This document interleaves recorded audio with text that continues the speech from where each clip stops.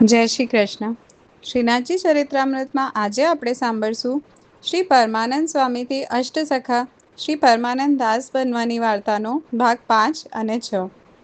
ઘાટ પર શ્રી મહાપ્રભુજીની સન્મુખ બેસીને પરમાનંદ સ્વામીએ સારંગ રાગમાં વિરહના 4 પદ ગાયા.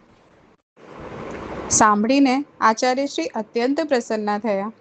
થોડી વારે જલઘર્યા કપૂર ક્ષત્રિ જલ ભરવા ઘાટ પર આવી પહોંચ્યા. પરમાનંદ સ્વામી એમની સાથે શ્રી મહાપ્રભુજીના ગ્રહે આવ્યા.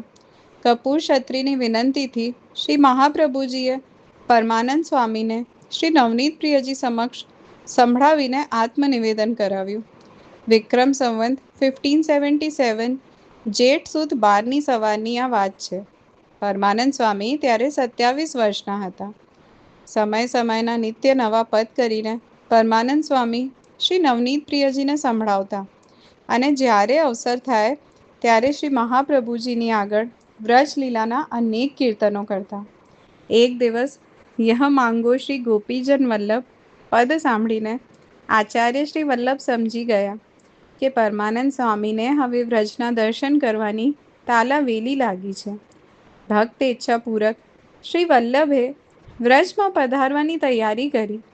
નિજ સેવકોની સાથે થોડા જ દિવસમાં આપશ્રીએ અડેલથી વ્રજ તરફ પ્રયાણ આદર્યું.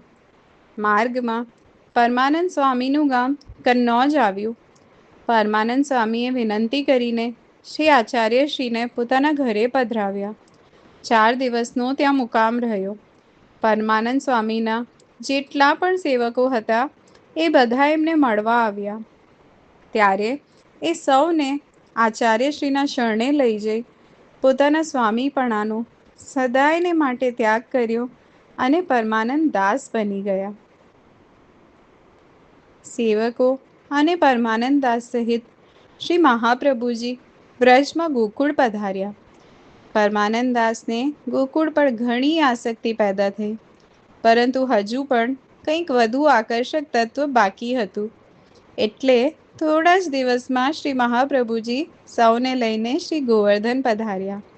ત્યારે ઉત્થાપનના સમયે કોટી કંદર્પ લાવણ્ય શ્રી વલ્લભના પ્રાણ પ્રેષ્ઠ એવા શ્રી ગોવર્ધનનાથજીના દર્શન કરતા જ પરમાનંદ દાસના હોશો હવાસ ગાયબ થઈ ગયા. તરત પરમાનંદ દાસે ગાવાની શરૂઆત કરી. કેટલાય પદો તત્કાલિક રચીને ગાયા. શયન સુધી ગાતા રહ્યા. બીજા દિવસની સવારે મંગલાના દર્શનમાં પણ પદો ગાયા. પ્રત્યેક પદમાં અક્ષરશઃ લીલાનો આંખે દેખ્યો અહેવાલ સમાયેલો હતો. રસ પ્રચુર અને લાલિત્યસભર શ્રી હરિની નોખી નોખી લીલાઓ પરમાનંદ દાસના પદોમાં ગાગરમાં સાગરની જેમ સમાવા લાગી. શ્રી ગોવર્ધન ધરણની નિત્ય કીર્તન સેવામાં પરમાનંદ દાસને આચાર્યશ્રીએ રમમાણ કરી દીધા. દાસભાવ દ્રઢ કરવા માટે શ્રી મહાપ્રભુજીએ પોતે પરમાનંદ દાસને બાલ લીલા રસનું દાન કર્યું. શ્રી ગિરિરાજજીની તળેટીમાં સુરભી કુંડ છે. ત્યાં પરમાનંદ દાસે પોતાનો કાયમી નિવાસ બનાવ્યો. વ્રજનો જીવ વ્રજની બહાર કેટલા સમય રહી શકે?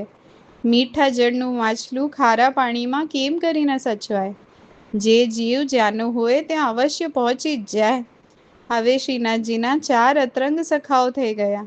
એક તો કુંમનદાસ પહેલાથી જ હતા, બીજા સૂરદાસ આવ્યા, ત્રીજા કૃષ્ણદાસ આવ્યા, હવે પરમાનંદ દાસ પણ આવી ચૂક્યા.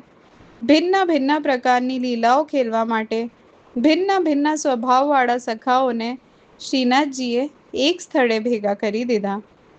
બસ હવે ફક્ત 4 જ બીજા સખાઓની રાહ જોવાની હતી. એ ક્યારે આવશે અને કેવી રીતે આવશે એ આપણે આગળ જોશું. જય શ્રી કૃષ્ણ.